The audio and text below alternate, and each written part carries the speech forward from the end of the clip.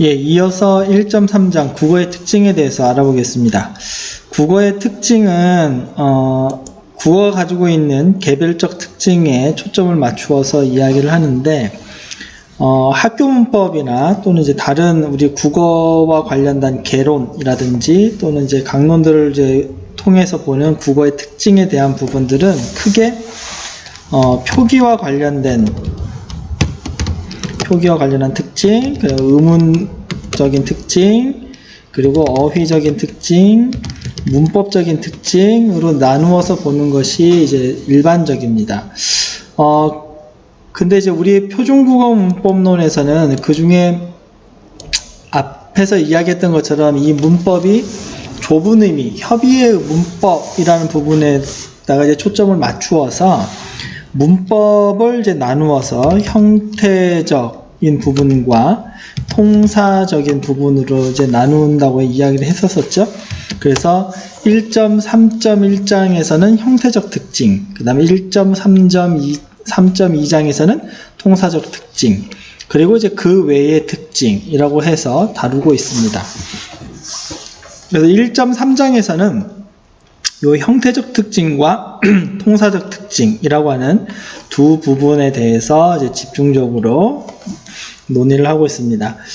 1.3.1의 형태적 특징부터 보도록 하겠습니다. 국어는 교차어다라고 하는 부분에서부터 이제 시작이 되는데, 즉 어근에 파생접사가 붙거나 어간에 어미가 붙어서 단어를 이룬다 라고 해서 이런 교차어적인 특징에다가 초점을 맞추고 있습니다.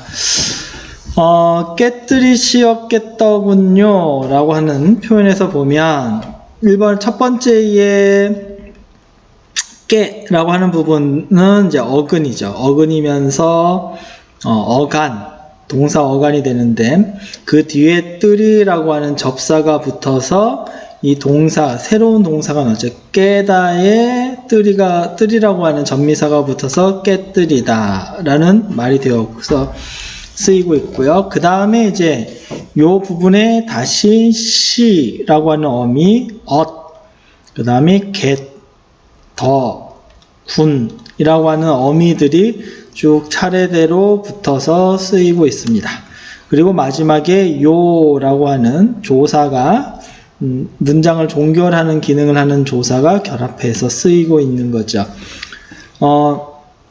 그래서 우리가 요 부분을 크게 생각을 해보면 결국에 깨뜨라고 하는 요 어간에 군이라고 하는 어미가 결합했고, 마지막에 청자를 높이는 기능을 하는 조사, 문장 종결 보조사가 결합을 했는데요. 요때 어간이라고 하는 부분을 다시 나누어서 보면 어근에 해당하는 깨, 그 다음에 전미사에 해당하는 뜨리가 붙어서 이루어져 있다라고서 말할 수 있습니다. 이렇게 이제 우리가 분석을 하나하나 해서 이제 본다면, 시우개 같은 경우도 결국에는 어떻게 분석을 할 수 있냐면,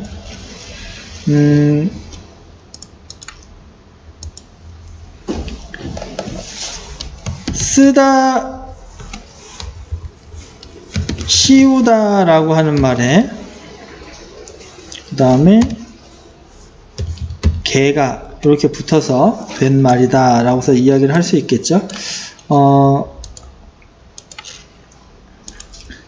일반적으로 우리가 어떤 것을 분석한다 라고 한다면 기본적으로 두 개씩 나누어서 보는 것이 기본입니다. 이제 물론 어떤 것은 두 개를 이렇게도 나눌 수 있고 저렇게도 이제 나눌 수 있는 경우들이 있겠지만, 어쨌든 중요한 것은 이제 두 개씩 나누어서 보는 거죠. 이런 것을 이제 우리가 직접 성분 분석이라고 이야기를 하는데, 시우개 같으면은 시우다에 개가 결합한 것으로 먼저 분석을 할 수 있죠. 그 다음에 요 말 중에서 요 시우라고 하는 것은 스라고 하는 것과 그 다음에 이우라고 하는 말로 다시 분석해서 볼 수 있습니다. 그래서 이제 이렇게 해서 이제 보면 결과적으로는 하나, 둘, 세 개의 형태소로 이제 분석이 되는데 그렇다 하더라도 일단 우리가 분석을 할 때는 기본적으로 이렇게 두 개씩 또 두 개씩 나누어서 볼 수 있죠. 이 경우도 만약에 이제 또 더 분석해서 본다면 이라는 말과 우라는 말로 또 뒤에 것을 다시 나누어서 볼 수도 있습니다. 이렇게 해서 보면 결과적으로는 쓰다의 이의 우의 개, 그리고 어떤 경우에는 이걸 분석할 수 없다라고 본다면 쓰다의 이 우의 개, 이렇게 분석할 수 있는 거죠. 그래서 이제 어근스의 사역의 뜻을 보인 접사 이우와 접사 또 개가 차례로 붙어서 이루어진 것이다 라고 되어 있는데, 결과적인 것이고 우리가 분석을 하는 과정에서는 두 개씩 나누어서 분석하는 것이 일반적입니다. 그 다음에 밑에 있는 덧붙이 같은 경우도 이제 분석을 해 볼 수 있는데, 이 경우에도 이제 우리가 분석을 해보면 두 개씩 쪼갠다라고 했으면 어떻게 쪼갤 수 있을까요? 시우개와 같은 형식이다라고 한다면 덧붙이라는 말과 이라는 말로 나누어서 볼 수 있겠죠. 그러면 덧붙에 이가 결합한 거야 라고 말할 수 있고, 덧붙은 다시 덧과 붓으로 나누어진 거야 라고서 말한다면 덧붙과 이 이렇게 나누어서 볼 수 있습니다. 근데 이제 다른 어떤 경우들은 이제 이게 이렇게 해서 나눌 것이냐, 아니면은 또 다르게 어떻게 나눌 수도 있지 않느냐라고서 이제 볼 수 있는데요. 우리 여기는 이제 나와 있지 않지만 하나 예를 들어 본다면, 많은 책들에 이제 개론서라든지 학술서들에 많이 나와 있습니다.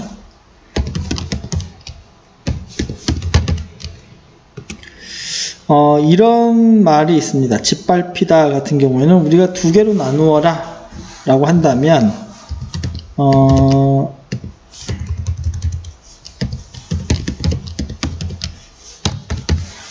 이렇게 해서 나누어 볼 수 있겠죠.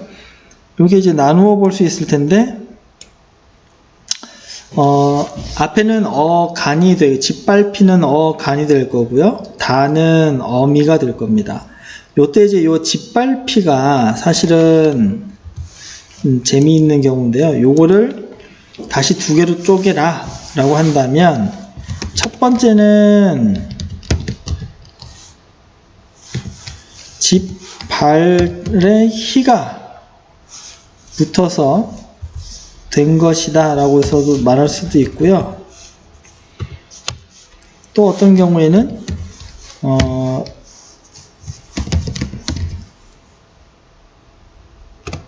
이렇게 결합한 거야 라고서도 말할 수가 있겠죠.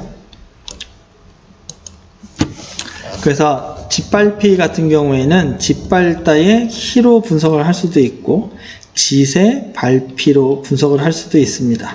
그러면 어떤 말이 먼저인지에 대한 이제 고려가 필요할 텐데, 사실 이것은 어떤 말이 먼저 만들어졌다라고 해서 말하기는 힘들죠. 짓밟다에 희가 붙은 건지, 발피다에 짓이 붙은 건지, 이런 것들을 이제 이야기하기는 쉽지는 않습니다. 그래서 뭐 이런 경우들이 있긴 하지만, 기본적으로는 이제 두 개씩 나누어서 분석하는 것이 일반적입니다. 여기 나와 있는 옷걸이 같은 경우도 이제 여러분들이 이제 분석을 해 보실 수 있겠죠. 자, 그래서 이렇게 국어는 앞서서 얘기했던 것처럼 국어는 어근을 중심으로 거기에 뜻을 더하거나 품사를 바꾸는 접사가 붙거나, 또는 어간의 어미가 차례로 여럿이 덧붙어서 단어가 이루어지는 첨가적 성격을 띤 언어다. 그래서 첨가어라고도 말합니다. 첨가어. 그 그 다음에 이제 한 가지 특징 중에 하나는 접사 중에는 덜어 어근 앞에 붙는 것도 있지만, 그러니까 집 같은 경우겠죠. 짓이 어근 앞에 붙는 이런 경우들이라고 말할 수 있습니다. 뜻을 더해주는 접사 중에 일부가 그렇고 대부분 뒤에 붙으며 어미는 반드시 어간 뒤에 붙는다.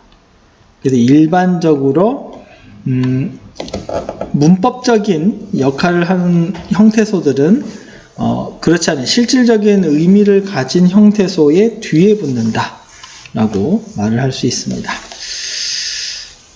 그 다음에 이제 국어가 교차어 내지는 첨가어라고서 이야기한다면 또 다른 언어들은 없는가 이렇게 살펴보면 중국어와 같은 경우들은 이제 고리버라고 합니다. 그래서 그 언어로 이야기됐을 때 그 어근 자체가 하나의 단위를 구성하는 언어들, 그래서 이런 것을 고리버라고 하고요. 또는 영어나 독일, 주로 라틴어 계열들에서 단어의 굴절이 내부적으로 나타나는 이런 것들을 굴절어라고서 말합니다. 그래서 이때 용어 중에 굴절이라고 하는 것은 바로 문법적인 표지를 말하는 거죠. 굴절이라고 하는 의미는 보통 우리가 접사를 나눌 때 두 개로 나눕니다. 그래서 하나는 굴절 접사, 또 다른 하나는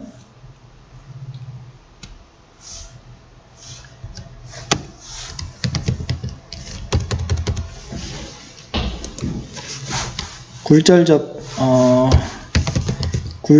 접사, 또 하나는 파생 접사, 이렇게 이제 둘로 나눌 수가 있는데, 접사 같은 경우에, 파생 접사를 좀 먼저 이야기할게요. 파생 접사와 같은 경우들은, 어떤 특징이 있냐면, 조어적인 특징들을 일반적으로 가지고 있습니다. 그래서, 새로운 단어를 만들거나, 그 다음에 단어의 짜임이, 어떤 것들이 합쳐져서 단어를 만들거나, 하는 것들이 이제 조어적이다라고 볼 수 있는데, 파생 접사는 바로 이런 조어적인 기능을 하는 접사를 이야기를 합니다. 반면에 굴절 접사다라고 했을 때 굴절은 문법적인 기능을 하는 경우들을 말합니다. 그래서 조어적인 기능을 하는 파생 접사, 그 다음에 문법적인 기능을 하는 굴절 접사, 이렇게 이야기할 수 있는 거죠.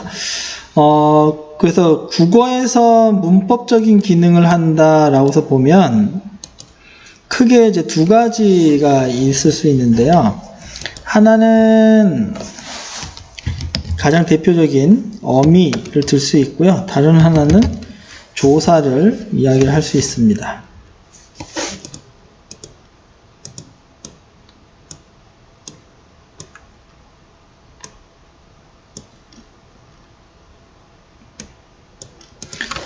그래서 이 굴절이라고 하는 것을 국어에서 생각해 본다면 문법적인 기능을 하는 부분들 중에서 어미, 그 다음에 조사라고 하는 것이 굴절 접사의 역할을 한다라고 해서 말할 수 있겠죠.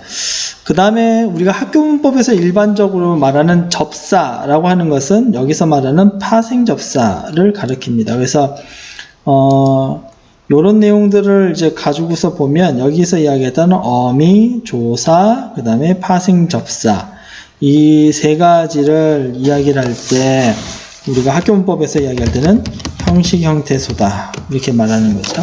그래서 형식 형태소라고 하는 것이 이런 접사나 또는 어미, 조사 이렇게 실질적 의미를 갖고 있지 않는 문법적인 기능들 플러스 조어적 기능들을 하는 어소들을 말합니다. 이런 형식 형태소 부분들은 사실 어떤 특징을 가지고 있냐면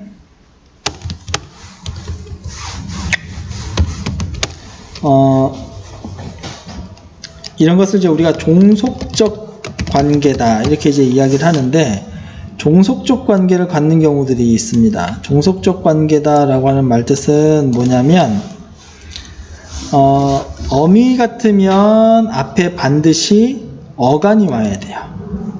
그래서 어간 플러스 어미의 관계를 가져야 되고, 조사다 그러면 체연, 일반적으로 체연 플러스 조사의 관계를 갖죠. 그 다음에 접사다 그러면 어근 뒤에 접사가 결합하게 됩니다.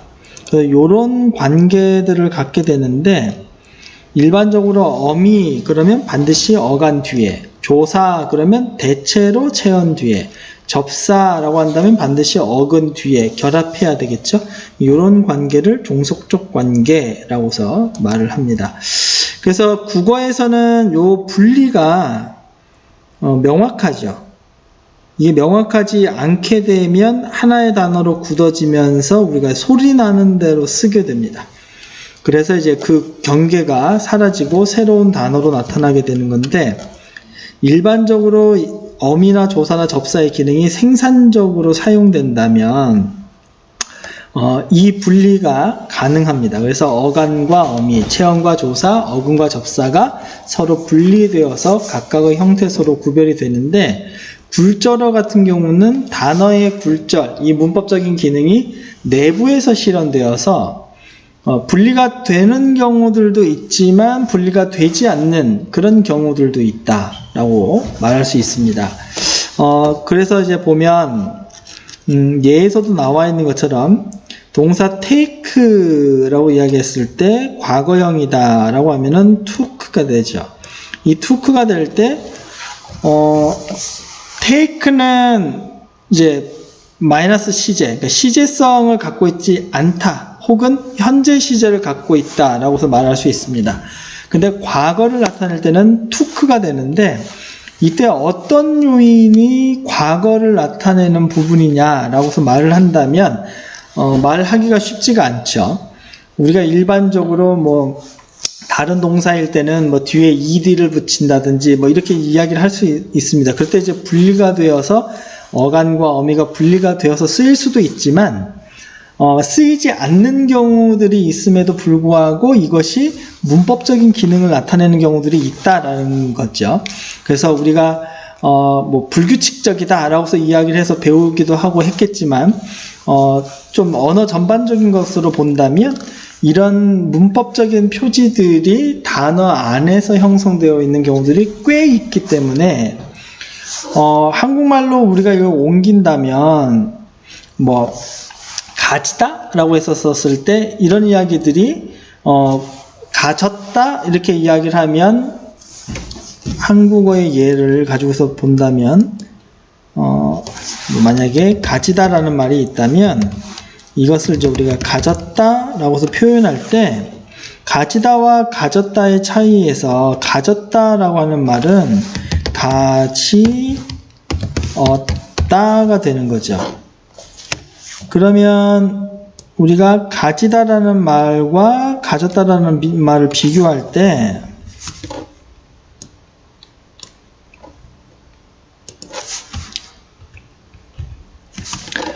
이 두 말에서의 차이를, 얘가 과거가 실현되는 요인이 뭐냐라고서 이야기를 한다면 결국에 어시 있느냐 없느냐, 이것도 우리가 조금 다르게 볼게요.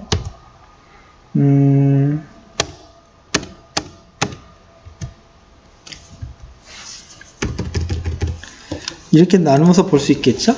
그래서 가지다 같은 것이 시제성을 가지고 있지 않다라든지 이렇게 이야기한다면, 가졌다라고 하는 말은 왜 과거냐 하면은 어시 분명하게 드러난다 이렇게 이야기할 수 있는 거죠. 그리고 만약에 이 말이 이렇게 쓰이거나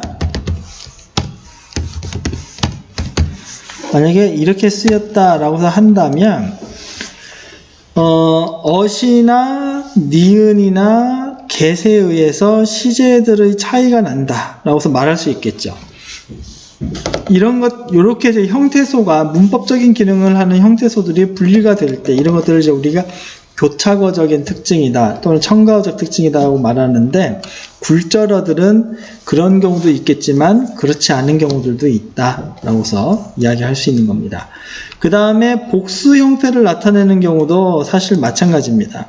우리가 child라는 말을 했었을 때 일반적으로 영어라면 뒤에 s가 붙어야 되겠죠. 그럼 child 이렇게 나와야 될 텐데 그렇지 않고 children이라고 해서 이제 나오죠. 이렇게 되면은 요 두 개의 말에서 이제 복수를 나타내는 게 뭐냐라고 이야기했었을 때, 사실은 요 뒤에는 en 아니냐라고 해서 말할 수도 있지만 이것이 보편적인 문법 표지라고 해서 말하기는 좀 어렵거든요. 그리고 단어의 일부가 되는 경우들도 있기 때문에 이런 경우들을 우리가 완전히 분리해서 말하기는 상당히 어렵습니다. 특히나 영어의 동사 같은 경우에 en으로 끝나는 동사들이 상당수 있기 때문에 그것만 가지고 복수라고 한다면 동사들의 상당 부분들이 복수를 나타낸다라고 해서 말해야 되겠지만 반드시 그런 건 아니죠. 그래서 이런 경우들은 우리가 복수를 나타내는 것이 어떤 것인지 분리해서 말하기 굉장히 어렵다라고 해서 말할 수 있습니다. 그래서 이 굴절어 같은 경우들은 단어의 문법적인 기능을 하는 곳들이 내부적으로 나타나는데 그것이 분리가 되는 경우가 없을 수 있다. 분리하는 것이 어려울 수 있다. 이렇게 말할 수 있겠죠. 반대로 첨가어나 교차어들은 이런 것이 분명하게 분리가 된다라고 해서 말할 수 있습니다. 형태론적 특성에 의한 언어의 유형 분류라고 했을 때 여기서 말하는 고립어라든지 그 다음에 교차어 그리고 굴절어에 대한 설명들은 여기서 이제 조금 더 살펴보면 되겠죠. 그래서 고립어는 접사가 발달해 있지 않아 단어의 형태론적 변화가 거의 없는 언어고요. 조금 밟고서 본다. 굴절어는 그런 변화들을 보여줍니다. 접사의 융합 정도가 높아서 하나의 접사의 여러 개의 기능이 함께 나타나는 특성을 지니는 언어인데 분리될 수도 있고 그렇지 않을 수도 있죠. 근데 이제 뒷부분에다 초점을 두어서 그렇지 않은 경우들도 있다라는 것이고, 반면에 교차어들은 그 경계가 분명해서 그런 요소들, 접사라고 하는 요소들이 쉽게 분리가 된다라고 해서 말할 수 있습니다. 그래서 여기서 이야기하는 접사라고 하는 의미는 위에서 말했었던 요 넓은 의미에서의 요 접사를 말하는 거예요. 기본적으로. 그래서 굴절 접사나 혹은 파생 접사와 같은 이런 문법적 요소들. 잘 이해가 안 된다면 학교 문법에서 여러분들이 배웠었던 내용으로 본다면 형식 형태소라고 하는 의미와 유사하다라고 생각하시면 조금 이해가 쉽겠죠. 그 다음에 최근에는 이제 또 이야기할 때 예전에 이렇게 전통적으로 3가지 정도를 이야기를 했는데 최근에는 여기다가 포합어라고 하는 말이 또 들어갔습니다. 포합어. 그래서 그러니까 하나의 문장이 단어를 이루는 것처럼 한 덩어리인 거죠. 문장이라고 하는 것이 하나의 덩어리를 이루어서 그 전체가 이제 문장으로서의 기능을 하는 것처럼 이제 보이게 되는 건데, 그래서 이제 포합어라고 하는 말을 쓰고 있습니다. 그래서 이 포합어라고 하는 것은 여러 어떤 요소들이 들어가 있는데 그것이 마치 하나의 단어를 이루는 것 같은데 기본적인 범주는 문장의 단위라든지 로 보인다든지 이런 언어적 특징을 포합어라고 해서 이야기를 합니다. 그 다음에 한 단어 내의 형태소의 수가 얼마나 통합되어 있느냐, 이게 기준이겠죠. 통합되어 있느냐에 따라서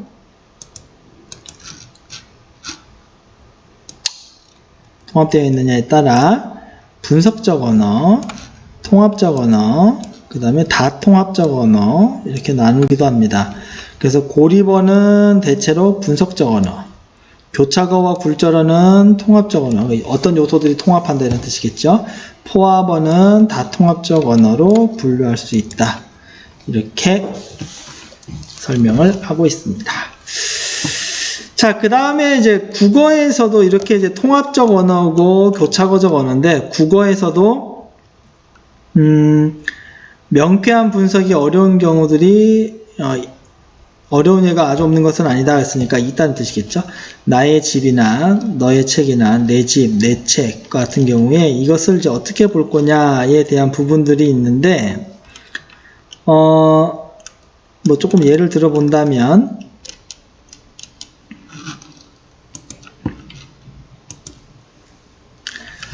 만약에 나라고 하는 말이 있을 때 이 나와 내의 관계를 따져보면 나도 하나의 형태소고 내도 하나의 형태소다 라고 한다면 쉽게 말하면 내가 분석이 더 이상 되지 않는 말이다 라고 하면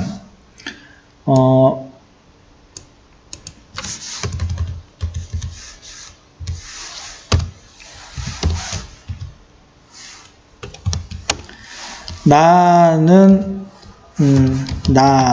같은 경우에 이제 나라는 말이 쓰이는 거죠. 그 다음에 내가 같은 경우에는 내가 쓰이는 겁니다. 그래서 은는이라고 하는 조사와 결합할 때는 나가 오고 이가와 같은 조사가 결합할 때는 내가 온다 라고 말할 수 있겠죠. 그래서 이 두 개를 이렇게 이제 나누어 보면 결국에 뒤에 오는 조사가 환경이 됩니다. 그래서 은는이라든지 을을이라든지 이런 조사가 오면 나가 온다라는 뜻이 되겠죠. 하지만 이가와 같은 조사가 오면 내라고 하는 것이 이제 오게 된다라는 뜻인데 이렇게 되면 나와 내가 형태 바꿈이라고 하는 속성에 의해서 형태 바꿈이라고 하는 것에 의해서 두 개가 교체가 된다라고 설명을 해야 됩니다. 그래서 뒤에 오는 환경에 따라 일정한 환경에 따라 어떤 형태가 오게 되느냐 그래서 이런 환경에서는 나가 오고 이런 환경에서는 내가 옵니다. 이렇게 이야기를 하면 형태 바꿈, 형태 교체라고 하는 말을 쓰게 되는 거죠. 근데 나라고 하는 것과 더불어서 내라고 하는 것을 이야기를 할 때 이런 것이 아니라 내는 나의 이가 결합되어서 나타난 거야 라고 한다면 이 내라고 하는 것은 요걸 이제 어떻게 쓰면 좋을까요? 여기 했을 때 내가라고 하는 것을 분석할 때 나 플러스 이 플러스 가처럼 분석을 할 수도 있고 또는 나 플러스 이 가처럼 분석을 할 수도 있습니다. 자, 그래서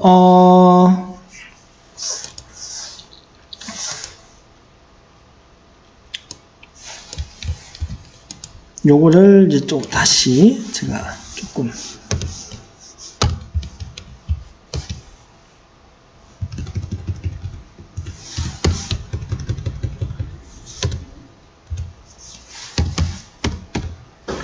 이렇게 해서 보면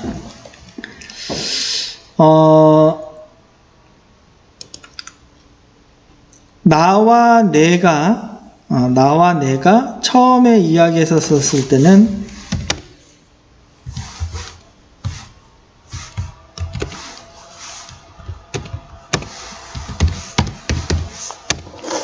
두 가지 관점이 있는 거죠. 나와 내를 각각 한 개의 형태소로 본다면 환경에 따라서 출현 환경에 따라서 형태를 바꾸어서 교체를 해서 나타나는 것이 되는 거죠. 근데 두 번째로 요 내라고 하는 것을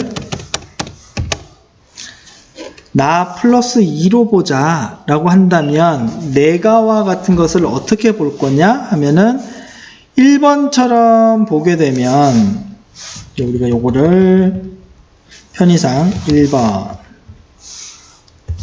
이라고 하고요. 요거를 2번 이라고 한다면 1번처럼 보게 되면 이렇게 분석을 하는 거죠. 내가 이렇게 분석을 하는 건데 2번처럼 보게 되면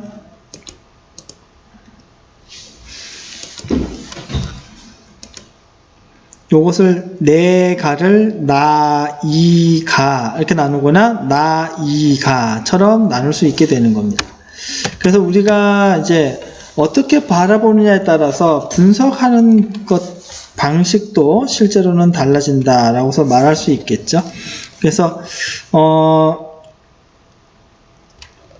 이거를 이제 어떻게 분석할 것인가 하는 것은 결국에는 공시적으로 이것을 분석할 때 그 요소가 생산성을 가지고 쓰이느냐 쓰이지 않느냐, 그 기준이 중요합니다. 예를 들어서 1번처럼 본다면 내나 가 이렇게 분석했을 때 요 가라고 하는 것이 나무가라든지 뭐 이런 것처럼 주격조사의 형태, 주로 주격조사의 형태로서 쓰이고 있죠. 그래서 분석이 가능한데 2번의 것처럼 나, 이, 가, 나, 이, 가처럼 쓰인다면 첫 번째는 이가라고 하는 요소가 생산성을 가지고 쓰인다고 말하기 굉장히 어렵습니다. 그 다음에 앞에처럼 본다면 가는 앞서서 이야기한 것처럼 생산성을 가지고 쓰일 수 있지만 이때도 마찬가지로 이라고 하는 요소는 더 이상 쓰이지 않는다 라고 이야기할 수 있기 때문에 요 이를 분석해내는 것이 불가능하죠, 공시적으로는. 그래서 1번처럼 설명할 수밖에 없습니다, 사실은. 그러면 앞에서 이야기했던 것처럼 이때의 내는 뭐냐, 나와 내가 형태 바꿉니다. 그래서 다시 올라가서 확인해 보면 나와 내를 명쾌한 분석이 어렵다라고 했을 때 나의 집, 너의 집, 내 집, 내 집 했을 때 내와 나와 내가 결국에는 각각의 형태소로 쓰여야 된다는 거죠. 그래서 요게 내를 이런 식으로 분석한다는 것은 상당히 어렵다라는 겁니다.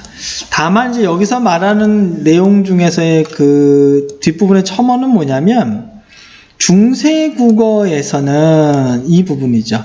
중세국어에서는 모음으로 끝난 체언 뒤에 관형격 조사로 이가 쓰이기도 했다. 그러면은 이때의 관형격 조사 이는 중세국어의 생산성을 가지고 쓰였다라고서 말할 수 있는 거죠. 그래서 이때는 중세국어라고 하는 시점을 기준으로 해서 공시적 관점에서 본다면 2번처럼 이런 분리가 가능하다라고 하는 사실을 알 수 있습니다.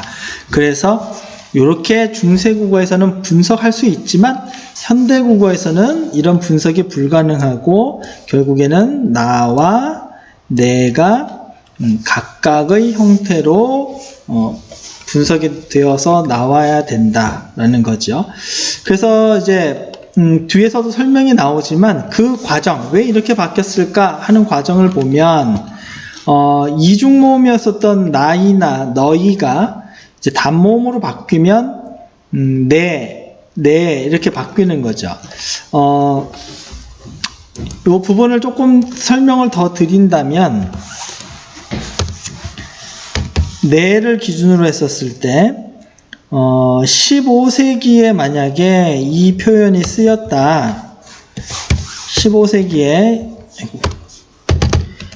이 내라고 하는 것이 쓰였다라고 한다면 이것은 이제 우리가 어떻게 나타낼 수 있냐면 이렇게 나타날 수 있습니다. 대충. 그래서 나이 이렇게 나타나는 거죠.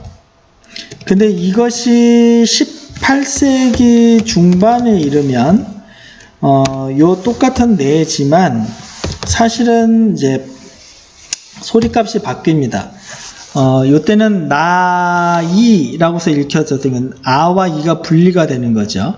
그렇지만 18세기 중반에 넘어가게 되면 요게 나이가 아니고 하나의 이제 음성으로 단모음화가 이루어져서 이렇게 네라고서 쓰이게 됩니다. 그러면 이런 것들은 왜 그러냐? 나와 이로 분석되었었던 것들이 더 이상 나와 이로 이렇게 분석되지 않는다라는 뜻이죠. 그래서 하나의 형태로 이렇게 인식이 되었다라고서 말할 수 있습니다. 이렇게 되는 거겠죠. 자, 그래서 이런 것들이 이제 나중에 연구할 때는 이런 기능 변화가 먼저 일어나서 음성의 변화가 오는 거냐, 음성의 변화가 와서 기능의 변화가 오는 거냐에 대한 이제 학문적인 논의들도 있습니다. 논쟁들도 있는데, 뭐 여기서 일단 포인트는 이제 그런 것들은 아니고요. 어쨌든 간에 이 15세기에 쓰였었던 이 형태소, 나와 조사 이라는 것이 음성적인 변화와 더불어서 18세기 중반에는 더 이상 분리되지 않는 내와 같은 형태가 되었고, 요 내는 다시 나와 이렇게 형태 바꿈이라고 하는 분포를 갖게 되었다. 상부적인 분포를 갖게 되었다라는 거죠. 그래서 이런 것을 이제 우리가 형태 바꿈 내지는 형태 교체라고서 부릅니다. 자, 그래서 이렇게 정리를 해 볼 수 있습니다. 자, 그 다음에 1.3.2의 통사적 특징으로 넘어가서 보겠습니다. 원어마다 문장을 구성하는 방식이 약간씩 다른데, 대체로 주어, 목적어, 동사 또는 주어, 동사, 목적어, 그 다음에 동사, 주어, 목적어, 이렇게 세 가지 유형으로 구분되는 건데요. 이 기준은 사실 뭐냐면, 이렇게 포트죠. 포트가 세 가지가 있는 거예요. 포트가 이제 세 가지가 있는데,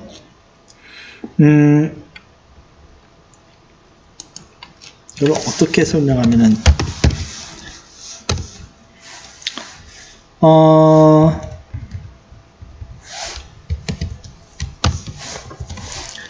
여기에 뭐, 어떻게 보여요? 1번 포트, 2번 포트, 3번 포트, 뭐 월드컵 때 이제 조추첨하는 것처럼 본다면, 우리가 또 수학 별로 안 좋아하는 사람들이 많은데, 수학하고 비슷하다 생각하시면 됩니다. 주어, 목적어, 서술어라는 성분이 이 세 포트 안에 들어와야 되는데, 중복해서 들어올 수 없는 거죠. 그 경우의 수를 가지고 보면, 만약에 여기에 주어가 들어왔다 그러면 여기는 서술어나 또는 목적어 중에 하나가 올 수 있는 거고, 만약에 서술어가 왔다 그러면 여기는 목적어가 와야 되는 거고요. 반대로 목적어가 왔다 그러면 여기는 서술어가 와야 되는 거죠.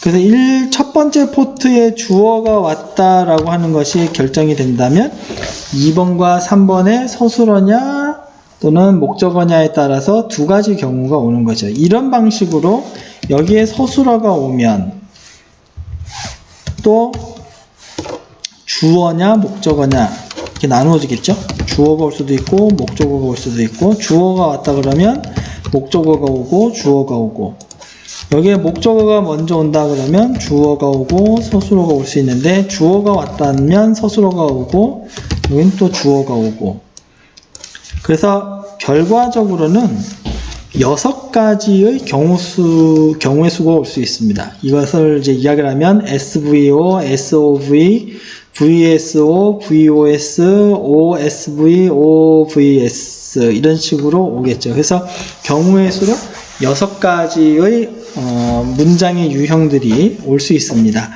근데 사실은 이렇게 이제 6가지 유형이 있긴 한데, 대부분은 여기 앞에 나왔던 요 3가지다 이 뜻이에요.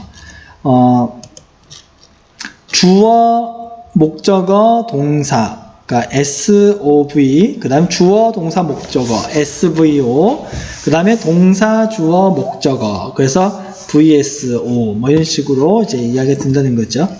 그 중에 한국어는 이제 SOV의 문장 구성, 앞에서 우리가 봤었죠. 에스놀로그에서도 한국어는 SOV형이다 라는 타이폴롤로지에 대한 설명들이 있었습니다. 그래서 이런 문장 구성을 갖는 언어에 대한 설명들이 있고요. 또 주어, 동사, 목적어의 문장 유형을 갖는 경우들도 이렇게 설명을 하고 있고, 그리고 동사, 주어, 목적어의 특징을 갖는 언어들도 있습니다.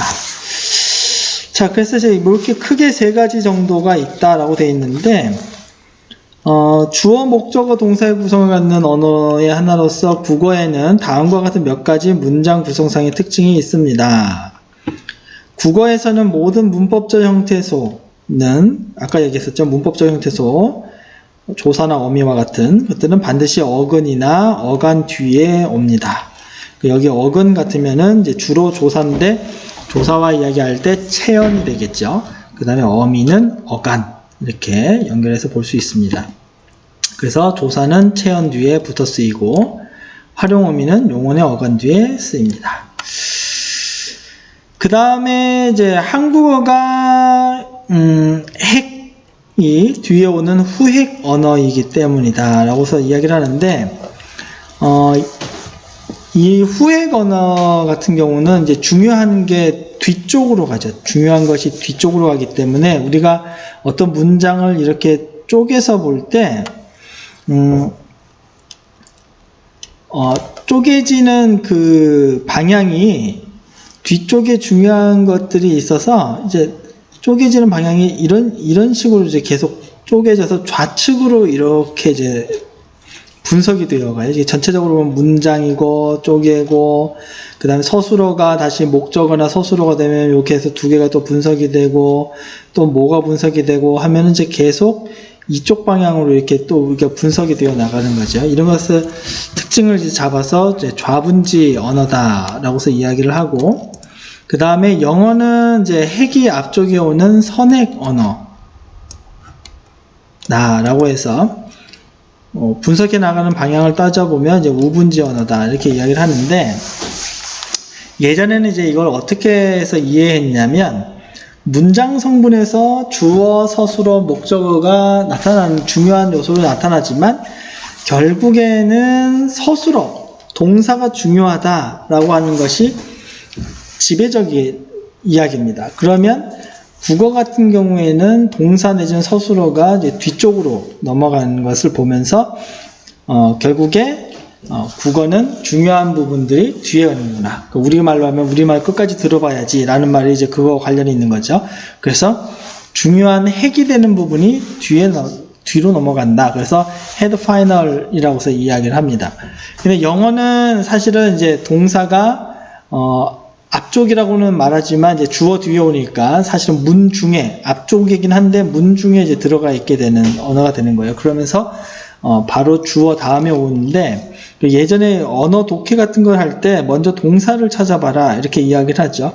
국어에서는 그런 작업을 할 필요가 없습니다. 왜냐하면 웬만하면 대개의 경우는 동사가 항상 맨 뒤에 있기 때문에 상대적으로 우리가 이제 분석을 해 나갈 때에 동사를 찾는 것은 쉽죠. 맨 끝을 보면 되는데, 영어 같은 경우에는 앞쪽에 있다고는 하지만 사실상 문장의 중간에 있기 때문에 동사를 찾아서 그 동사 부분을 가지고서 끊어서 보면 그 앞쪽은 이제 주어가 되는 거고, 그 뒤쪽은 목적어의 역할, 뭐 부사어가 있을 수도 있겠지만 목적어의 역할을 담당하는 부분들이 이렇게 나누어질 수 있는 거죠.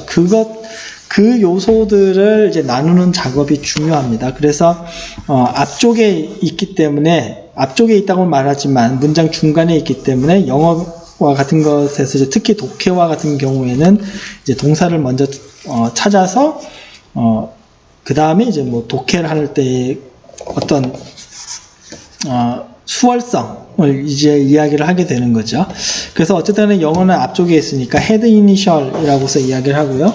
한국어는 이제 head final이라고서 얘기를 하는데, 예전에 이제 이런 것들이 이제 심리나 인지하고 이제 같이 연결되어서 이야기될 때는 그렇기 때문에 한국어는 중요한 것이 뒤쪽에 나간다 라고 이야기를 해서 귀납적인 어떤 사고, 그 다음에 영어 같은 경우에는 앞쪽에 일단 자기가 말하고 싶은 걸 먼저 말하고 나서 뭐 뒤에 이야기를 하는 데서 이제 연역적이다라고 이야기를 했지만 사실상 그 두 개의 사고와 이 문장 구조를 직접적으로 연결하는 것은 좀 위험할 수 있죠.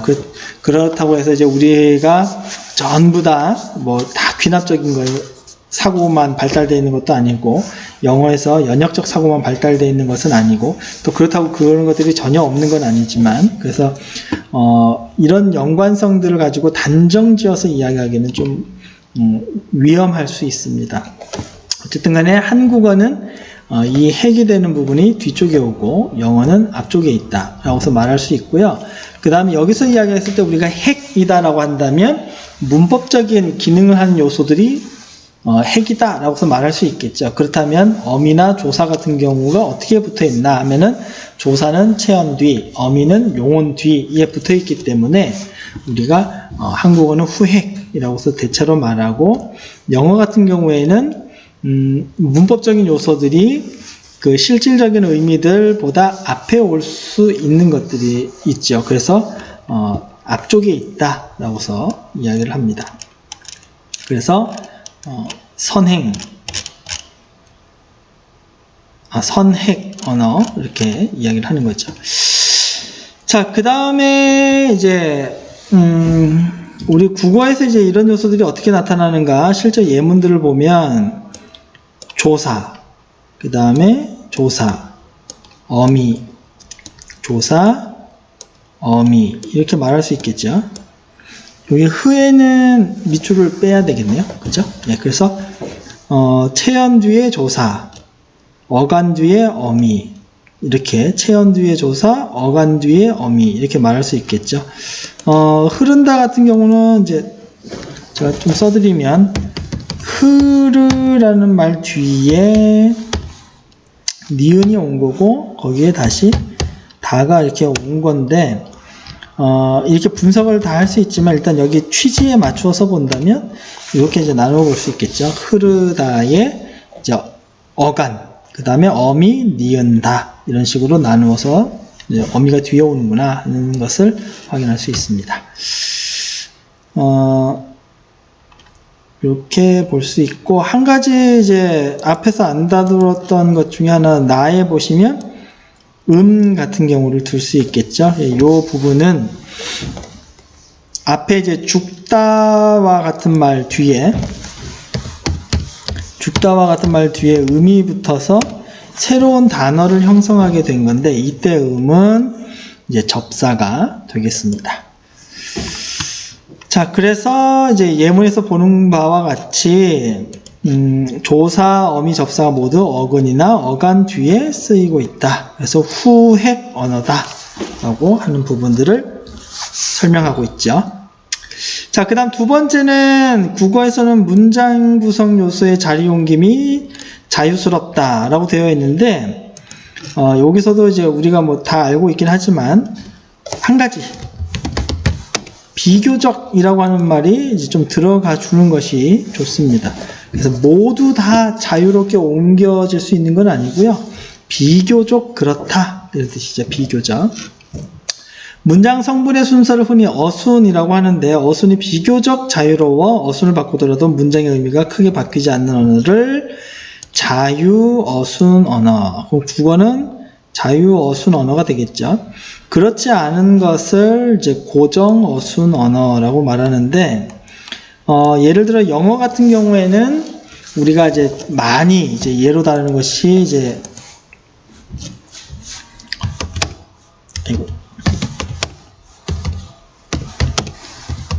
뭐 이런 경우죠.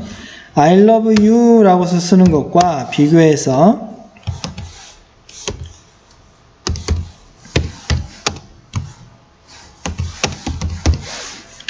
뭐 이렇게 쓴다든지 뭐 그 외에 뭐 더 쓴다면 했었을 때 우리가 문법적으로 봤었을 때 I love you 라고 쓰는 것과 love I you 라고 쓰는 것의 의미는 완전히 달라지는 거죠.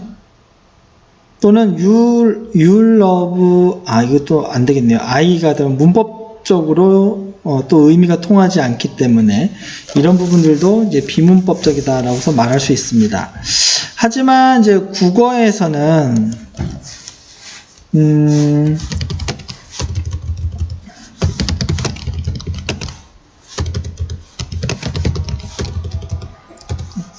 다 요소들이 나와야 되겠죠. 뭐 나는 너를 사랑해 라고 쓰거나 사랑해 나는 너를 이라고 쓰거나 하더라도 사실상 의미에서 차이를 갖고 오진 않죠. 그래서 이런 것들이 이제 자유어수 넣느냐 고정어수 넣느냐 라고 하는 것인데, 결정적으로 이런 차이가 나는 이유는 영어에서 이런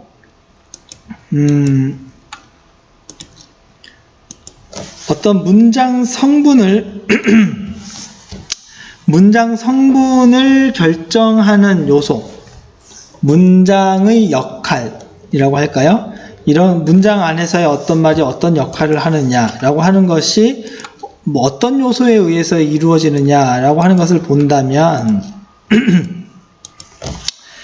영어와 같은 경우는 이런 통사적인 기능을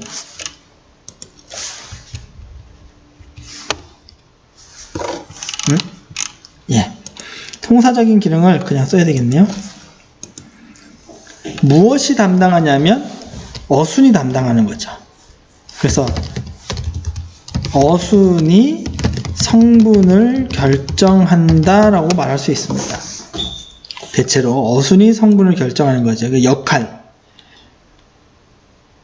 말이 가지고 있는, 또는 단어가 가지고 있는 문장 안에서의 역할, 성분을 무엇이 결정하냐면 어순이 결정한다. 그래서 이제 이 어순이 고정된 값인 거죠. 그 안에 어순이 이렇게 주어의 역할을 하는 자리, 서술어의 역할을 하는 자리, 목적어의 역할을 하는 자리가 결정되어 있고요. 그 안에 어떤 말이 들어가느냐에 따라서 그 말이 그 역할을 담당하게 된다. 이런 뜻이 되는 거죠. 그래서 이 어순에 의해서 성분이 결정이 되는 것인데 비해서 국어는 이 조사들에 의해서 결정이 됩니다. 특히 격조사죠. 격조사가 일정한 역할을 함으로써 이렇게 자리를 바꾸더라도 그 역할이 달라지는 건 아니다 라고 말을 할 수 있습니다. 그래서 우리가 이런 걸 이제 뭐라고 얘기하냐면, 이렇게 성분의 역할을 결정하는 것을 일단 성분이라고 하는 것이 무엇과 관련이 되어 있냐면 격이라고 하는 것과 관련이 되어 있고요. 이 격을 결정하는 것이 뭐냐? 이렇게 이야기를 하면 국어에서는 조사다 이렇게 보는 거죠. 그래서 격을 나타내는 것을 표지라고 하고요. 국어에서는 이런 격표지가 격조사에 의해서 이루어진다 라고 말할 수 있습니다. 반면에 영어에서는 이 격표지의 역할을 하는 것이 어순이다 이렇게 말할 수 있겠죠.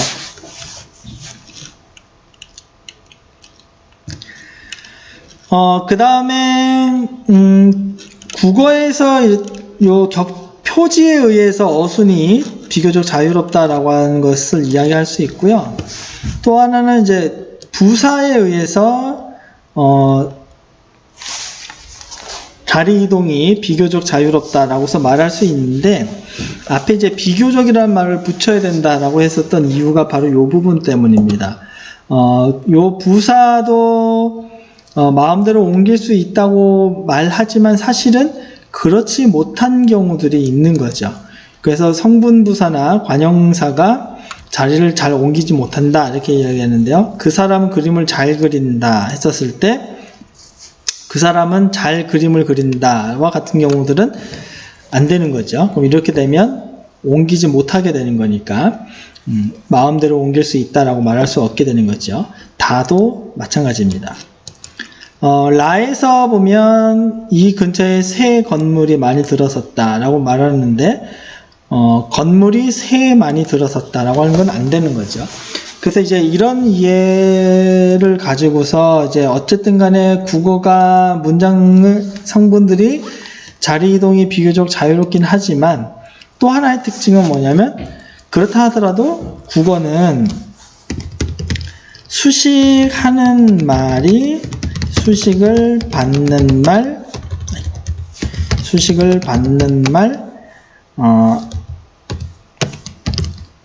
앞에 와야 한다 라고 하는 특징을 이야기할 수 있습니다. 그래서 요걸 이제 좀 다른 말로 바꾸면 수식어가 피수식어 앞에 온다 이렇게 이야기할 수 있는 거죠. 영어에서는 수식하는 말이 수식을 받는 말 뒤에 올 수도 있죠. 그래서 후치하는 경우들이 이제 많이 있는데 국어에서는 이제 수식하는 말이 반드시 수식을 받는 말 앞에 오도록 이렇게 되어 있습니다.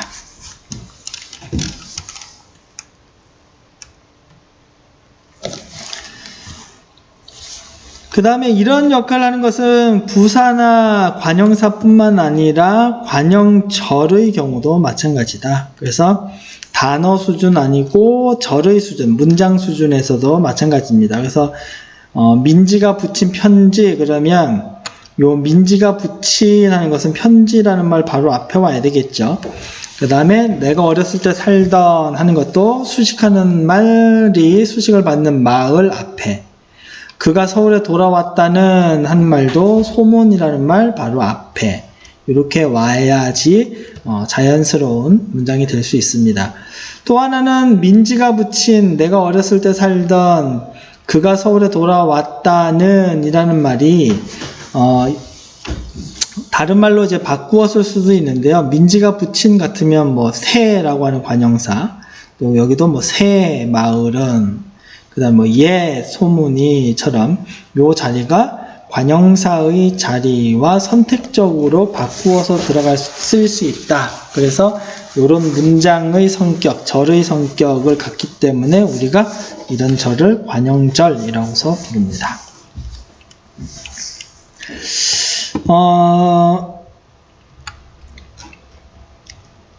그 다음에 이제 이런 관형절이 있었을 때 또 하나의 특징은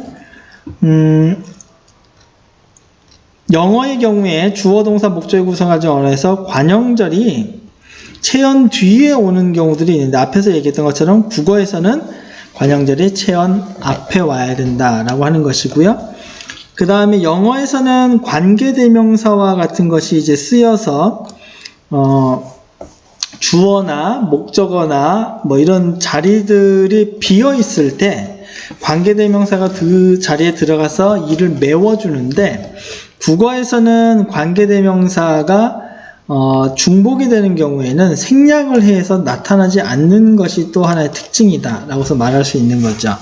그래서 영어와 다른 점이라고 할 수 있습니다. 그래서 자리, 위치나 또는 생략 가능 여부 등등을 가지고 말할 수 있습니다. 그 다음에 세 번째 특징은 국어에서는 주어가 잇따라 문장 구성이 있는 점도 특이하다. 그래서 5번과 같은 경우에 민지가 마음씨가 곱다 그러면 민지가나 마음씨가가 주어에 잇따라 나타난다든지, 그 책이 표지가 색깔이 마음에 든다 하면 주어가 3개가 잇따라 나타나는 거죠. 이곳에 모인 사람들이 남자가 많았다. 달은 보름달이 밝고 크다. 오늘은 내가 고기가 잘 잡힌다 해서 이렇게 주어가 잇따라서 나타나는 경우들이 있습니다.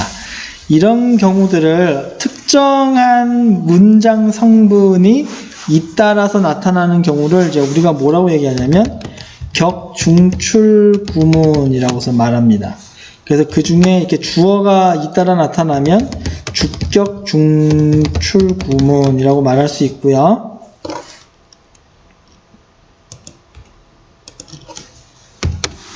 목적어가 잇따라 나타나면 목적격 중출구문이라고 말할 수 있습니다.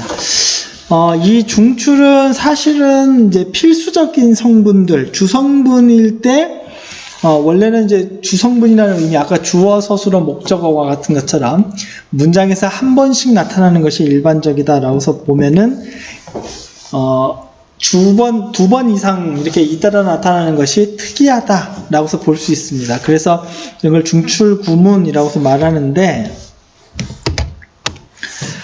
사실 중출되어 나타나는 경우는 이제 관형어나 부사어들도 있죠. 그렇지만 이 성분들은 핵심적인, 그러니까 필수적인 성분들이 아니기 때문에 특별히 뭐 관형격 중출구문이나 부사격 중출구문이라고 하지 않습니다.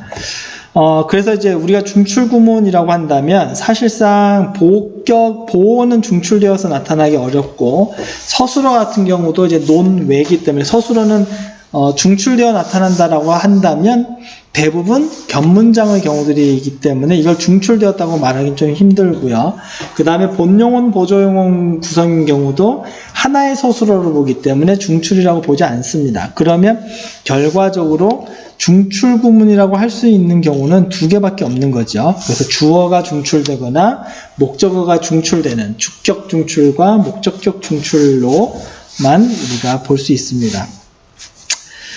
그 다음에 이제 이것을 또 어떻게 분석하느냐에 따라서 이제 또 달라질 수 있는데요.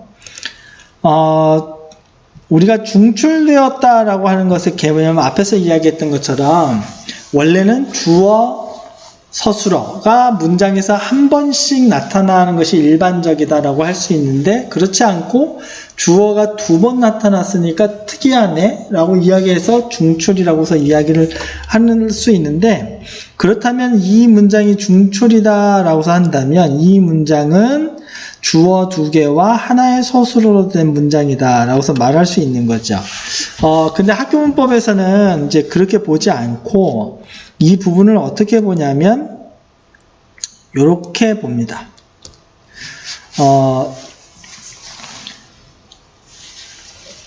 민지가 마음씨가 곱다 그러면 사실상 이제 민지가 라고 하는 것이 전체 주어고 마음씨가 곱다 라고 하는 것이 서술어의 역할을 하는 건데요. 요 서술어의 역할을 하는 부분이 다시 주어와 서술어로 이렇게 이제 나누어져 있는 거죠. 그러니까 요것을 이제 우리가 나누어서 좀 본다면, 전체 주어의 역할을 하는 말, 전체 주어의 역할을 하는 말과 그 다음에 서술어로서의 역할을 하는 말이 이렇게 있는 거죠. 이렇게 있는 겁니다. 근데 요 V1의 역할을 하는 요 요소가 사실은 또 주어와 서술어로 이렇게 나누어지는 거죠.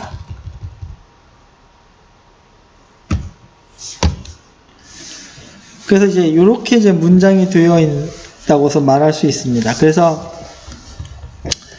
결국에는 요 중에 V1의 역할을 하는 부분에서 V1을 빼놓고 보면 주어와 서술어 이렇게 돼서 두 번 나와 있는 것처럼 보이게 되는 거죠. 그래서 학교문법에서는 이 구문을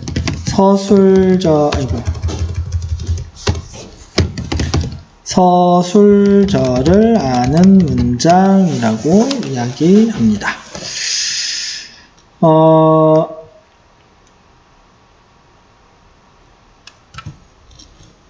그래서 나나 혹은 다와 같은 경우들도 이런 구조로 분석을 할 수 있습니다. 분석을 할 수 있고, 라는 조금 이제 조심해야 될 게,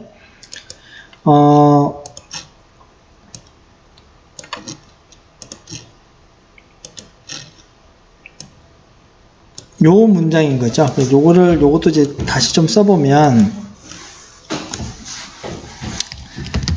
다른 보름달이 밝고 다른 보름달이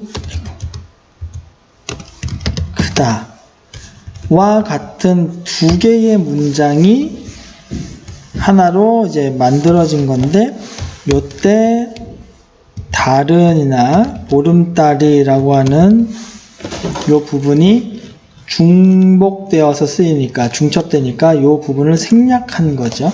그래서 생략을 하면 이제 이런 식으로 이제 문장이 나왔다라고 해서 말할 수 있습니다. 그러면 이 부분도 마찬가지로 달은 보름달이 밝고를 위에서 나타난 이런 문장 구조로 분석을 해서 보게 되면 서술절을 아는 문장이 두 개가 이렇게 이어져 있다라고 해서 말을 할 수도 있는 거죠. 그 다음에 마와 같은 경우도 오늘은 내가 고기가 잘 잡힌다 라고 이야기해서 내가 고기가 잘 잡힌다 하면 고기가 잘 잡힌다 서술절로 볼 수도 있는 거죠. 내가 하면 주어, 전체 주어로 볼 수도 있습니다. 이렇게 해서 이제 이야기할 수 있는데, 어쨌든 간에 일단 여기서 설명하고 있는 잇따라 나타난다라고 했을 때 격중출 구문이라고 하는 것은 뭐 이거를 격중출로 볼 거냐 아니면 어떻게 볼 거냐와 상관없이 문장의 구조를 그대로 보아서 주어가 두 번 잇따라 또는 두 번 이상 잇따라 나온다라고서 말할 수 있습니다. 그래서 여기 있는 것처럼 이들은 모두 서술절을 가진 얘들이다 라고서 이제 보고 있는 거죠. 그래서 이렇게 서술절이 나타날 때 주어와 그 다음에 또 다른 주어가 이렇게 잇따라서 나타날 수 있다 라는 설명이 있고요. 나와 같은 경우에는 그 주어가 3번 나타난 거죠. 그 책이, 표지가, 색깔이 해서 3번. 연구에 따르면 이제 맥시멈 최고 5개까지 나타날 수 있다. 뭐 이렇게 이야기를 하기도 합니다.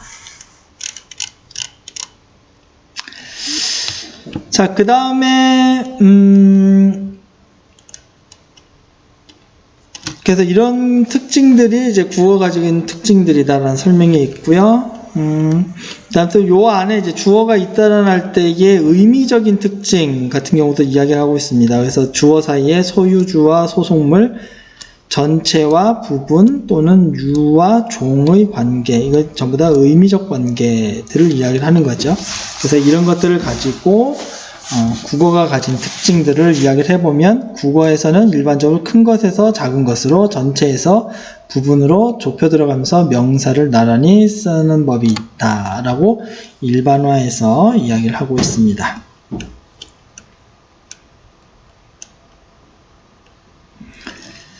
그래서 6번 같은 경우에도 목적어 중출, 목적격 중출 구문이라고 할 수 있는데 나를 등을 그 돈으로 생선을 큰 것을 한 마리를 이렇게 이제 이야기를 하고 있는데요. 사실은 요 구성을 이제 우리가 목적격이 중출되어서 나타나는 것은 이제 을과 같은 목적격 조사가 결합해 있는 형태를 통해서 이야기를 하는데 요 부분들은 또 다르게 이야기를 하면 나의 등을 이라든지 요 경우는 생선 큰 것 한 마리를 이런 식으로 이야기를 할 수 있습니다. 이제 요게 관형어의 구성이 바뀐 형태들을 이야기를 하는 거죠. 그래서 나의 등이라고 하는 것이 뭐 소유주와 소속물이라고 해서 볼 수 있는데 신체 일부니까 이런 표현들이 나를 등을 뭐 같은 목적격 중출로 나타나고 생선 큰 것 한 마리도 사실은 이제 관형어적 구성이라고 볼 수 있죠. 마리가 단위성 의존명사인데 수를 나타내는 수관형사 한이 붙어서 한 마리, 그리고 일반적인 명사에서 뭐 생선 한 마리, 거기에 이제 생선과 관련해서 큰 것, 생선이 큰 것 해서 또 한 마리, 이런 식으로 여러 개의 명사들, 체언류들이 와서 이제 결국에는 요 마리와 결합해서 쓰이는 관형어의 중첩이라고서 이야기를 할 수 있는데, 여기에 목적격 조사들이 결합한 거죠. 그래서 생선을 큰 것을 한 마리를 과 같이 이렇게 쓰입니다. 다른 경우도 이제 보면 일반적으로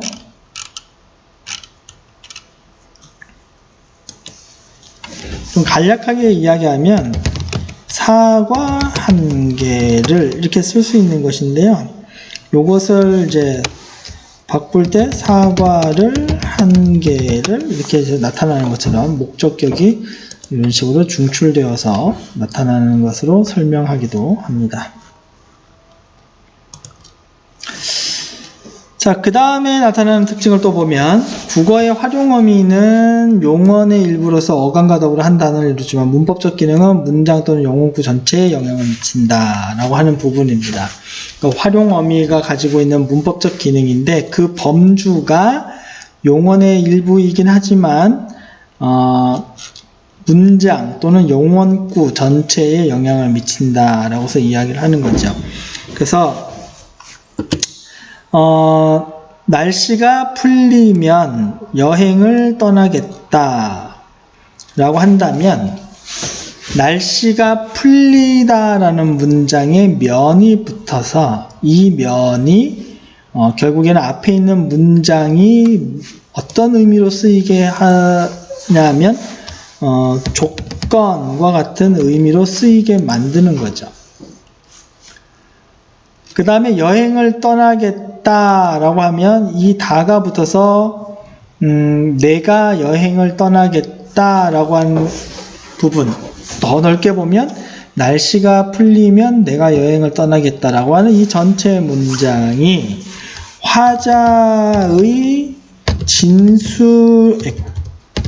진술의 의도를 나타내는 데 쓰입니다. 그때 진술의 의도다라고 하는 거 발화 의도가 더 좋겠네요.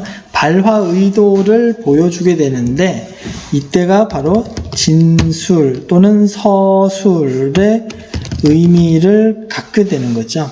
그 다음에 또 하나는 다가 쓰임으로 해서 이때 화자와 청자 간의 관계를 우리가 알 수도 있습니다. 그래서 다라고 하는 것이 청자에 대해서 높임의 의도가 없는 아주 낮춤의 의도가 있는 것이기 때문에 이런 것을 이제 헤라체와 같은 형식, 그래서 청자에 대한 아주 낮춤의 의도라고서 우리가 알 수도 있는 거죠. 그래서 이런 활용 어미를 통해서 여기는 이제 문장 또는 용언구 전체라고 이야기를 했는데 작게 보면 이 활용 어미들이 쓰여서 문장이나 용언구 혹은 이 담화가 이루어지는 상황에 대한 부분들까지 우리가 다 어떤 상황인지 어떤 맥락인지 또 이 문장의 의미가 어떤 의미인지 등등을 확인할 수 있는 그런 역할을 하게 되는데 그런 것을 보여주는 것이 바로 이 어미다, 활용 어미다 라는 거죠. 그래서 이렇게 영향을 미친다 라고 하는 사실을 말하고 있는 겁니다. 그 다음에 이제 뭐 이것도 마찬가지죠. 내가 이것을 들어라 라고서 이야기한다면 요 어라 라고 하는 것이 화자의 발화 의도로 본다면 요구죠. 요구라는 말은 명령형과 연결이 됩니다. 그래서 명령형의 의미를 갖게 되고 요구의 발화 의도고요. 그것은 문법적으로 본다면 명령형과 관련이 있다. 그 다음에 화자와 청자의 관계는 어라가 역시 화자, 청자에 대한 아주 낮춤의 태도, 그래서 헤라체와 같은 관계를 우리가 알 수 있는 거죠. 그 다음에 민지가 부르던 했을 때 이 던은 앞에 있는 이 문장이 뒤에 오는 노래라고 하는 말을 수식하는 기능을 한다라는 측면에서의 역할도 보여주지만 또 하나는 시간적인 것도 보여줍니다. 민지가 부르던이라고 한다면 과거의 어떤 일, 이 발화하는 시점을 기준으로 했었을 때 어떤 일 또는 사건을 기준으로 했었을 때 어떤 일이 이미 이루어졌다라고 하는 것들을 보여주는 거죠. 그 다음 또 하나, 그가 죄가 없음이라고 했었을 때 이 음이 가지고 있는 기능들 또한 마찬가지입니다. 그래서 이런 내용들을 이제 쭉 설명을 하고 있는 거죠. 그래서,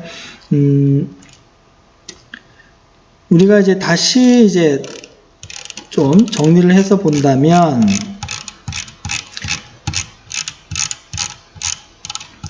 형태적, 꽤 많이 했네요. 그죠? 형태적 특징에서 국어가 가지고 있는 교차어적 특징. 그래서 교차어, 특히 어미와 조사의 이 교차어적 특징, 교체 현상으로 인해서 나타나는 교차어적 특징에 대해서 처음에 형태적으로 살펴봤고요.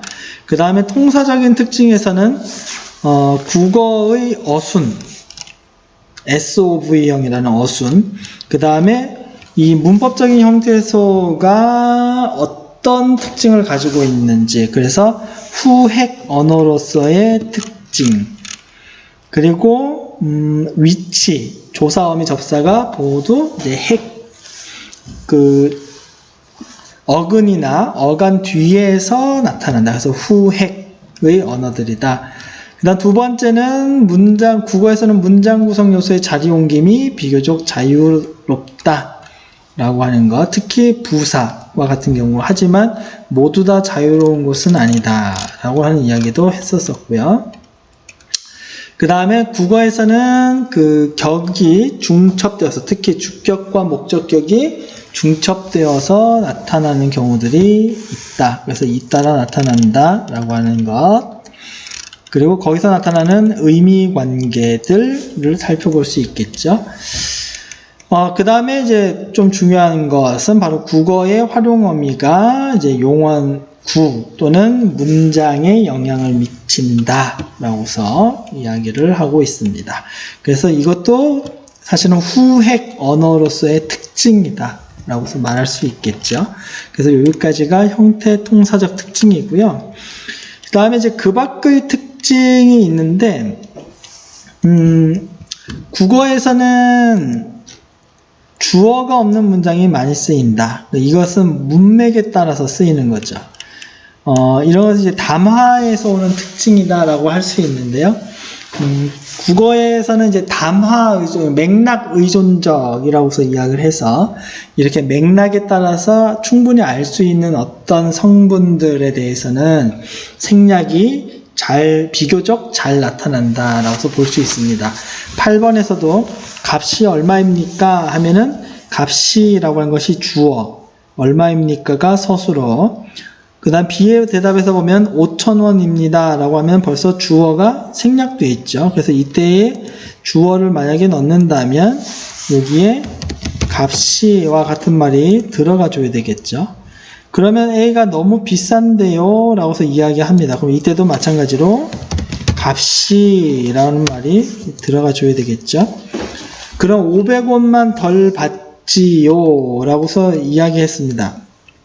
그러면 여기서는 제가 500원만, 값을 500원만 덜 받겠다라는 말이죠. 그랬더니 A가 4,000원만 받으세요 라고서 이야기했습니다. 그러면 여기 앞에는 당신이, 2가 들어가면 좋긴 하겠지만, 당신은 문맥상 4,000원만 받으세요. 그렇게는 안 됩니다 하면 이제 그렇게는 4,000원만 받으세요는 안 된다는 뜻이죠. 그러니까 4,000원만 받으면 안 됩니다 라고 해서 여기 앞에는 주어가 또 제가 그렇게는 안 됩니다 라는 것이 생략되었다 라고서 볼 수 있습니다. 그래서 이것이 우리가 이제 주어가 이제 없는 문장들이 많이 쓰인다. 이것이 이제 특징입니다. 교재의 내용 중에 여기 때 이제 요 B의 마지막 말에서 이제 당신이가 쓰인다고 기술이 되어 있는데, 모르겠습니다. 저는 제가가 생략된 것이 아닐까 싶네요. 그렇게 중요한 건 아닌데, 여러분들도 뭐가 더 적절할지 한번 좀 생각해 보시면 재미있을 것 같네요. 네. 자, 그 다음에 이제 이 주어가 생략되는 경우들이 많은데 어떤 경우들은 주어를 상정하기 어려운 경우들이 있다. 이렇게 이야기를 합니다. 가장 많이 나왔던 예 같은 경우에는 이제 뭘 이야기를 할 수 있냐면,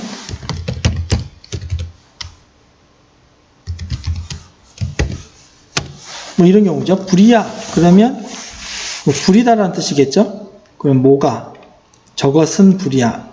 우리가 사람들이 불이야 이렇게 외칠 때 굳이 한다면 저것은 그것은 이것은 불이야 이렇게 이야기할 수 있겠지만 확실히 이 불이야라고 하는 것은 불이 났다라는 의미이기 때문에 이것저것 그것과 같은 어떤 지시성이 명확하지 않다고도 볼 수 있어서 사실은 주어가 표시되기는 좀 어렵지 않느냐 이렇게 이제 많이 얘기를 합니다. 그게 각주 20번에 있는 기억과 같은 예인 거죠. 도둑이야 이렇게 얘기하면 저놈은 도둑이야 이렇게 이야기할 수도 있겠지만 사실은 도둑이라고 하는 사람을 가리킨다기보다는 어떤 행위들, 사건들에 좀 더 이제 초점이 있기 때문에 이런 경우들도 주어를 상정하기는 조금 어렵다라고 이야기할 수 있겠죠. 그래서 본 김에 20번 각주를 좀 먼저 본다면 고생 끝에 낙이다. 무엇이? 비가 오면 큰일이야. 비가 오면 무엇이 큰일이라는 거죠. 그러니까 이런 것들이 어려운 거죠. 둘에 둘을 보태면 넷이야. 무엇이? 이렇게 주어를 상정하는 것이 쉽지 않습니다. 그래서 이제 이런 내용들이 좀 있어서 이제 주어 자체를 상정하기 어려운 경우들이 있습니다. 그래서 9번의 가에도 저 흰 눈이 덮인 들판에 사슴들이 뛰놀고 있는지도 모른다. 누가 모르는 거죠? 그리로 가시면 안 됩니다. 안 됩니다. 그리로 가시면 뭐가 안 되는 거죠? 길이 넓어서 편하군요. 뭐가 편하다는 뜻이냐? 이렇게 했을 때 상정하기 어려운 문장들도 많다. 이렇게 이야기를 할 수 있습니다. 이에 반해서 영어 같은 경우는 이런 때 이제 보통 it을 쓰죠. it 또는 there라는 표현을 써서 가주어라고 하는 말을 붙여서 이제 쓰게 됩니다. 그래서 이런 가주어 구문 같은 경우들은 사실은 그 동사 뒤에 오는 명사들이 이제 대부분 이제 주어의 역할을 하는 경우들이 많은데, 그래서 이렇게 it 또는 there이라고 하는 주어를 굳이 써서 갖추어서 쓰는 그런 언어에 속하는 거죠. 이에 비해서 국어는 생략을 해서 보여주지 않는 것이 훨씬 더 많습니다. 이렇게 해서 이제 국어의 특징이 이제 주어가 잘 생략된다 라고 이야기를 할 수 있고요. 또 하나는 맥락에 의해서 이제 언어 외적 상황이라는 게 이제 맥락이겠죠. 의해서 이제 생략되고 또는 반복될 때도 생략된다 라고 이야기를 또 하고도 있습니다. 피곤해서 나는 집에 있겠다. 나는 하루 종일 어제 친구에게 빌린 책을 읽었다에 봤었을 때 피곤해서의 주어가 이제 나는 피곤해서 나는 집에 있겠다인데, 나는 피곤해서 집에 있겠다 해도 되고요. 피곤해서 나는 집에 있겠다 했을 때 나는이라고 하는 주어 하나가 생략된 거죠. 그래서 여기는 굳이 쓴다면 나는이라고 하는 주어가 들어가야 되는 거고요. 요것도 나는 오늘 하루 종일 어제 친구에게서 빌린 그 문장이 내가 어제 친구에게서 책을 빌렸다라는 거죠. 이때도 역시 내가 라든지 이런 주어들이 생략되어 있다라고 볼 수 있습니다. 그래서 다른 유형의 언어에서는 이런 경우 앞서서 얘기했던 것처럼 주어를 그대로 반복하거나 또는 대명사화해서 채워 넣습니다. 채워 넣게 되는데 국어는 그냥 생략해 버린다라는 거죠.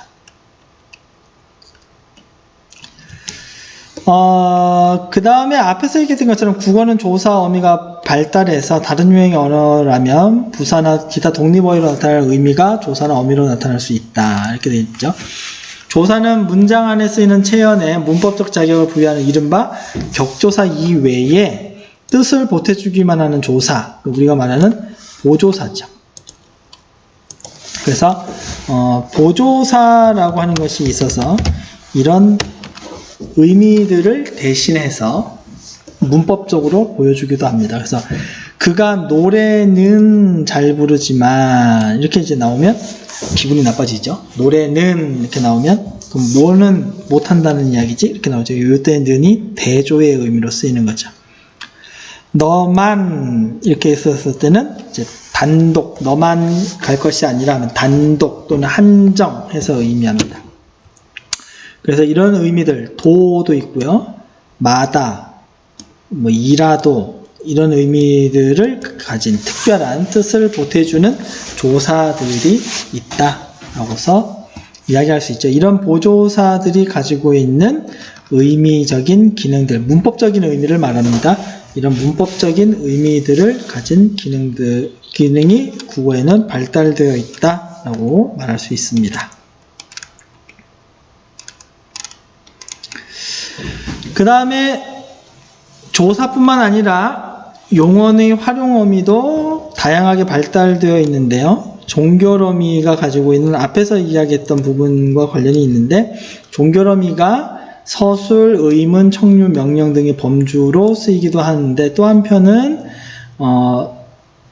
말을 듣는 사람을 공대하거나 하대하는 높임 등급으로 표시할 수 있다는 사실, 이런 경우들도 이제 중요하다라고 보는 거죠. 그래서 앞에서 이야기했었을 때 서술, 의문, 청류 뭐 이런 것들은 이제 주로 화자의 발화 의도와 관련이 있었던, 또는 진술 의도와 관련이 있었던 부분들이고요. 요거는 공대나 하대는 화자와 청자의 관계를 나타내는 부분과 관련이 있습니다. 그래서 이제 예를 들어서 여기에 얘 그러다가 다칠라 그러면 을라와 같은 부분, 이곳에 아직 눈이 녹지 않았군 할 때 군, 내일 아침에 떠나렴 할 때 렴, 책을 곧 보내주마 할 때 마와 같은 경우, 그러다가 다칠라 하면은 을라와 같은 조심해라 이런 경계의 의미, 녹지 않았군 할 때 군 그러면은 알았다는 거죠. 이제 알았다. 그래서 비로소 알았다, 인지했다 이런 의미. 내일 아침에 떠나렴 하면은 허락의 의미. 책을 곧 보내주마 하면은 이제 약속의 의미. 이런 의미들이 여기 있으면서 뭐 진술의 의미나 진술의 의도라든지, 또 어떤 요구의 의도라든지, 또는 감탄의 의도라든지 뭐 이런 것들도 함께 작용할 수 있다라는 거죠. 그 다음에 연결어미가 수십 개 있어서 여러 가지 뜻으로 두 문장을 접속시킨다 라고 하는 특징도 있습니다. 그래서 눈이 와서 길이 미끄럽다. 그는 머리가 좋으니까 은이까겠죠. 은이까 시험에 꼭 합격할 거야. 비가 더 오면 할 때 면. 밑줄을 좀 주의해서 보셔야 되겠네요. 여기는 은이가를 모두 다 치는 것이 좋고요. 비가 더 오면 했을 때는 이때는 면만 해야 되겠죠. 와서는 오다와 아서가 결합된 거기 때문에 다 치는 것이 맞고요. 날씨가 풀리기는 했지만은 지만은과 같은 의미. 그래서 이 앞에 눈이 와서, 눈이 온 것이 원인이 되어서 길이 미끄럽다 이런 뜻이어서 원인. 그는 머리가 좋으니까 이게 이유인 거죠. 시험에 합격할 거야 라고 하는 의미, 이유. 비가 더 오면 조건이죠. 홍수가 나겠지 이렇게 해서 조건. 날씨가 풀리기는 했지만은 아직도 활동이 자유스럽지 못하네, 아직은 그래도 좀 춥네 이러는 거, 예상에서 어긋난다 라고 하는 의미들을 이야기할 수 있습니다. 그래서 연결어미 어서, 아서, 으니까, 면, 지만은과 같은 연결어미죠. 이런 연결어미들이 이제 가지고 있는 특징이다라고 한다면 주로 이런 것들을 이제 종속적 연결어미라고서 이야기합니다. 물론 대등적 연결어미에서도 이제 나타날 수 있는데요. 이런 종속적 연결어미에서 주로 이런 특징들이 많이 나타나는 거죠. 더 다양하게 나타나고 있습니다. 자, 그리고 다 이제 됐네요. 그래서 그 밖의 특징에 대해서도까지 이제 다 살펴봤는데, 그 밖의 특징은 또 이제 우리가 다시 한번 살펴보면, 주어가 없는 문장이 많이 쓰였다라고 하는 내용, 그리고 조사나 어미가 발달했는데 조사가 특별한 뜻을, 문법적인 의미를 보여준다거나, 그 다음에 어미도, 활용어미도 이런 문법적인 의미들을 보여준다거나, 또 연결어미가 어떤 여러가지 의미들로 두 문장을 접속시킨다, 문법적인 의미들로 접속시킨다거나, 이런 특징들이 있다라고서 볼 수 있습니다. 그래서 이런 의미들은 사실은 형태 통사적인 의미들이라고 볼 수 있는데, 두 개가 동시에 이제 나타나는 것들이라고 볼 수 있겠죠. 형태적인 특징, 통사적인 특징이 서로 연결되어서 이제 나타나는 건데, 사실은 형태와 통사라고서 이야기할 때 그 접점이 3.3과 같은 특징이라고도 볼 수 있습니다. 그래서 어미가 가지고 있는 형태와 그것이 가지고 있는 기능과 이런 연결들이 문장에서 어떤 역할을 하는지 등등에 대해서 우리가 이제 살펴볼 텐데, 이런 특징들을 보여주는 것이 이제 이런 것들이죠. 그래서 이런 1.3.3과 같은 내용들도 여러분이 형태 통사를 굳이 구별하지 않더라도 한번 이제 정리하셔야 되는 그런 내용들이라고 할 수 있습니다. 자, 그래서 1장의 내용들을 이제 살펴봤습니다.